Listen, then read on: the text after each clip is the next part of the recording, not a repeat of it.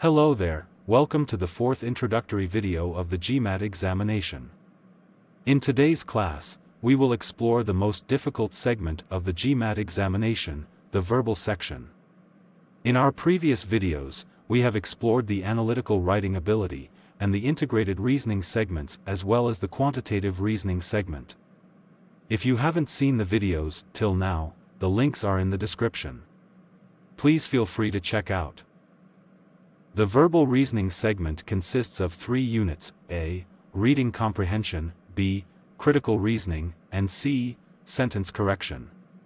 Since the verbal segment is vast and can't be covered in just a single video, we have decided to bifurcate the 3 segments of the verbal section, the reading comprehension segment, the critical reasoning segment, and the sentence correction segment, into 3 separate videos. In today's video, you will explore how the reading comprehension segment works and the types of questions you may face in your GMAT exam. Also, you will get a chance to solve 2 650-level reading comprehension questions in the class. The challenge is to solve the questions by yourself. Let's see whether you already are an RC ninja. I am Kushal, your GMAT instructor for the day. I have 14 years of experience in teaching test prep and I am a career coach at Eventide International. Let's check out whether you can solve your first RC question without looking at the explanations. Before we start exploring the reading comprehension segment, let's very quickly have an overview of the entire verbal section. Hello, I am Rituparna, your second instructor for the day. I work as an admission process expert at Eventide International. The 4th segment of the GMAT exam is the verbal reasoning part. Often this segment proves to be the hardest segment for the students from the Indian subcontinent. However, this is the segment where you can improve massively. The verbal reasoning segment consists of 36 questions with a time limit of 65 minutes. Although it is called the verbal reasoning part, the critical reasoning part is not actually a verbal test. The critical reasoning part expects you to think logically and derive conclusions. You will find out more about how to be a master at critical reasoning in our upcoming videos. The sentence correction part can be mastered through practice and some fixed set of rules. However, the reading comprehension part is the unit where most struggle and is very hard to master unless a student has very good reading skills. Worry not, the brilliant techniques that you will learn in the classes will make this all easy. The scoring pattern of the verbal segment ranges from 6 to 51. For Indian students to score above 700, one will need at least a verbal score of 35. Because Indian students are generally stronger at quantitative reasoning, a verbal score above 35, more or less, ensures the magic figure of 700 on your GMAT exam. Let's very quickly look at the type of questions that you may face in the first segment of your verbal reasoning part, reading comprehension. There are 6 types of questions that one may expect in the reading comprehension segment. The first type of question is pretty simple and direct. The exam will test your understanding skills by asking you questions based on the main idea of the passage. Generally, the question type starts with which of the following most accurately summarizes the main idea of the passage. This type of question is easy and encompasses your understanding of the message conveyed in the passage. The second type of question is the supporting idea type of question. Here you will be tested on the supporting evidence that the passage provides in support of the overall message conveyed. The evidence provided may or may not support the main idea of the passage. The question expects you to successfully identify the supporting and the weakening evidences. The third type of question that you may face in the reading comprehension segment is the inference type question. Here, based on the facts given in the passage, you are expected to derive logical inferences. Keep in mind that inferences provided in the options will be tempting, but the correct option will never have random assumptions. For example, suppose you are provided with the fact that the sky is brighter today than the other days of this month. It is very easy to assume that the sky remained cloudy on the other days. However, nothing has been said about the clouds.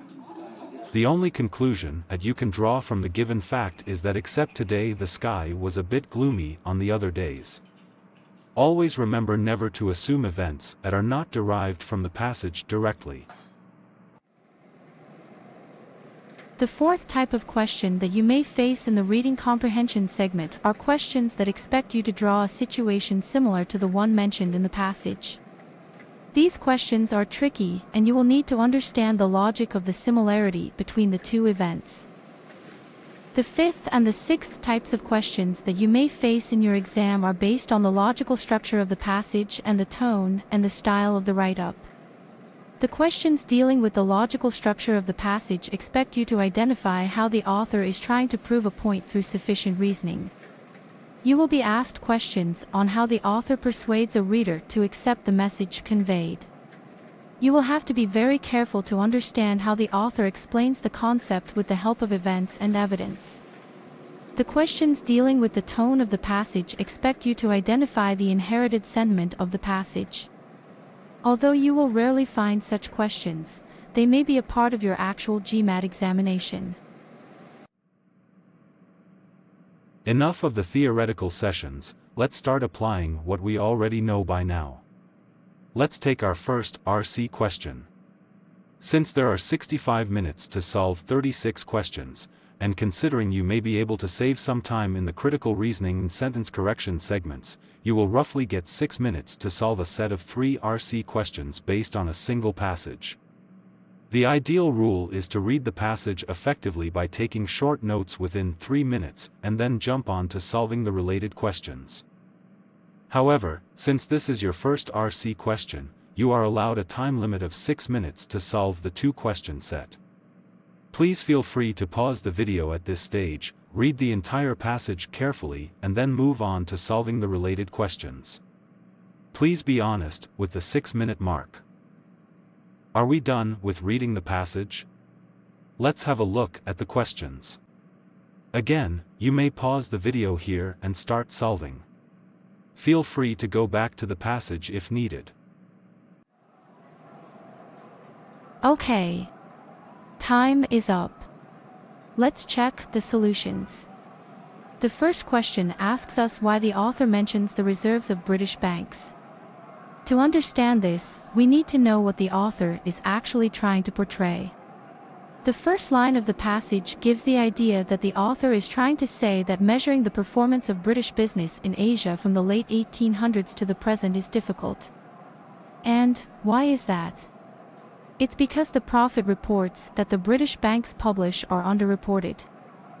To understand this, suppose the British banks earned a profit of $100, and in the published profit report the profit is shown as $50. Thus, from the profit reports, it is impossible to measure the success and failures of businesses. With this in mind, let's start analyzing the options for question number 1. The first option states that the author is trying to indicate that published profits are less useful in measuring business success than are dividends. However, nowhere in the passage, he has compared the two approaches. Hence, it's a wrong option. The second option states that the author suggested that many British businesses in Asia were less successful than their published profits indicated. However, this is against the idea that the author is trying to imply. If published profits were less than actual profits, then the businesses are actually making greater profits, so in reality, they are more successful. Again, a wrong option. The third option states that the author is trying to indicate that data about the profits of various businesses provide more useful information about short-term than about long-term performance. Nowhere in the passage, the author has directly compared short-term and long-term performance. Thus, another wrong option. The fourth option states that the author is trying to illustrate the difficulties in drawing conclusions about business success or failure from published profits. This is the main idea that the author is trying to convey. Hence, the correct option. The final option recommends that the author is trying to explain the role played by British overseas banks in British business transactions in the 20th century. This is a trap option. This option may seem to be the correct one, but if you look carefully, this is not the main idea of the passage. The author isn't discussing the role of the British banks. Instead, the passage is evaluating different methods to gauge the performance of British businesses in Asia. Hence option E is the wrong option. The correct option for question number 1 is option D. Let's move to the second question of this passage. The second question asks about the primary concern of the passage. Till now, if you have read the passage thoroughly, you would have understood that the passage is summarizing the different methods for evaluating the performance of British businesses in Asia. The passage does not suggest that any method is superior, rather, it is just trying to present the views. With this in mind, let's move toward the options analysis part for question number 2. The first option states that the author is trying to refute a theory about the performance of British business in Asia. However, nowhere in the passage, the author has denied or agreed with a theory. He is just presenting a view. Hence, option A is wrong. The second option states that the author is criticizing a widely used method of collecting data about British business in Asia. Again, nowhere in the passage, the author has criticized a theory. He is just presenting a view. Hence option B is also wrong. The third option states that the author is considering ways to evaluate the success of British business in Asia. Exactly the point. The passage is trying to evaluate the different methods. This seems to be the correct option. The fourth option states that the author is trying to discuss the advantages and disadvantages of an approach to studying British business in Asia. This is the trap option. Although it may seem that this option is the ideal choice, but there is a subtle error in it. The point is, the author isn't talking about a single approach to evaluating the business performance of British businesses. He is talking about multiple methods and presenting his views on each of them. Hence, this option is also wrong. The final option recommends that the author is trying to present an explanation for certain unique features of British business in Asia. The author is presenting his views on the different methods, rather than explaining certain unique features of British business in Asia.